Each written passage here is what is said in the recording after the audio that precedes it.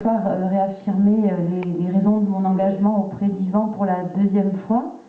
C'est vrai que nous avons des valeurs communes qui ont le mérite d'être défendues, je trouve, depuis pas mal d'années par Yvan de façon efficace.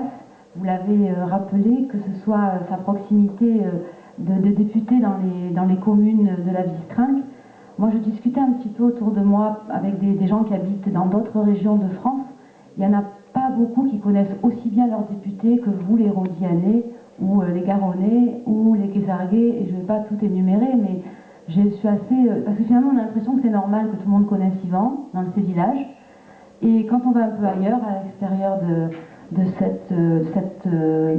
microcosme, qui est un peu le nôtre, dans lequel nous vivons, on se rend compte qu'il y a beaucoup de gens qui ne connaissent pas leurs députés parce que tout simplement ils sont peu visibles sur le terrain, ils n'aident pas comme fait Yvan les communes et les associations.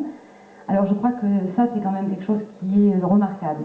La deuxième chose, c'est que les valeurs que vous avez rappelées, que ce soit Joël, Bruno, puis Yvan tout à l'heure, les valeurs qui sont la démocratie au sens du respect des lois républicaines, au sens de la laïcité qui doit être notre fer de lance pour respecter un peuple qui peut vivre ses religions sans les imposer les uns aux autres. La laïcité, c'est vraiment avoir la possibilité d'avoir une religion ou pas, d'avoir cette liberté de penser qui fait la grandeur des peuples qui ont une certaine idée de la liberté d'expression.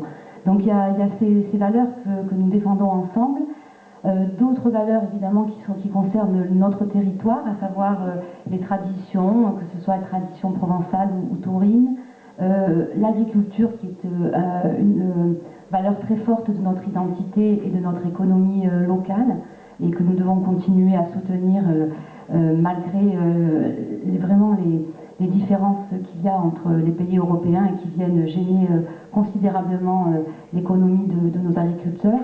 Nous avons à continuer à travailler ensemble pour aller au plus près des entrepreneurs qui nous entourent et qui ont du mal à aller jusqu'au bout de leurs projets, parce que l'administration française est compliquée quand on veut entreprendre, et ça, même s'il y a eu un effort de fait, je crois qu'il faut encore continuer à faire remonter au plus haut niveau de l'État qu'on doit davantage faciliter l'entrepreneuriat en France.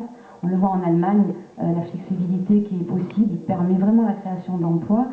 On a d'autres sujets évidemment qui sont sociaux, Yvan l'a dit tout à l'heure, le problème des retraites, les jeunes aussi qui ont besoin de formation.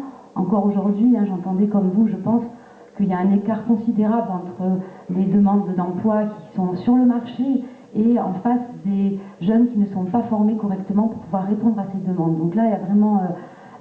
parce que finalement, un député, son rôle, c'est à la fois d'être sur le terrain pour aider les communes, mais aussi de faire remonter ses idées, c'est pas ses idées, mais ses projets, je dirais, de société que l'on voit tous les jours près de nous, des jeunes qui ne trouvent pas d'emploi et qui ont une formation qui est déconnectée du besoin des entreprises.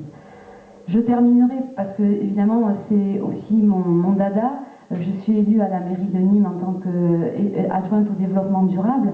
Et donc, à ce titre, je suis sensible à des sujets qui touchent non seulement l'environnement, bien entendu, la défense de nos terres, de nos paysages, et les agriculteurs y contribuent évidemment, la défense évidemment de nos rivières, de nos cours d'eau, de nos nappes phréatiques. Et puis, il y a vraiment un combat que je veux mener et que j'aimerais continuer, que ce soit à la ville de Nîmes ou auprès d'Yvan, c'est le problème de l'énergie. Parce que de plus en plus de nos concitoyens n'arrivent plus à payer leurs factures d'énergie. Et ça, c'est vraiment quelque chose dont il va falloir faire remonter le problème, ce qu'on appelle la précarité énergétique. C'est-à-dire que de plus en plus de personnes qui vivent dans des maisons qui ont été construites avant 1975 ont des maisons qui sont difficiles à chauffer, dont les factures sont devenues très difficiles à couvrir parce que le prix de l'électricité et du gaz augmente. Bonsoir messieurs, dames.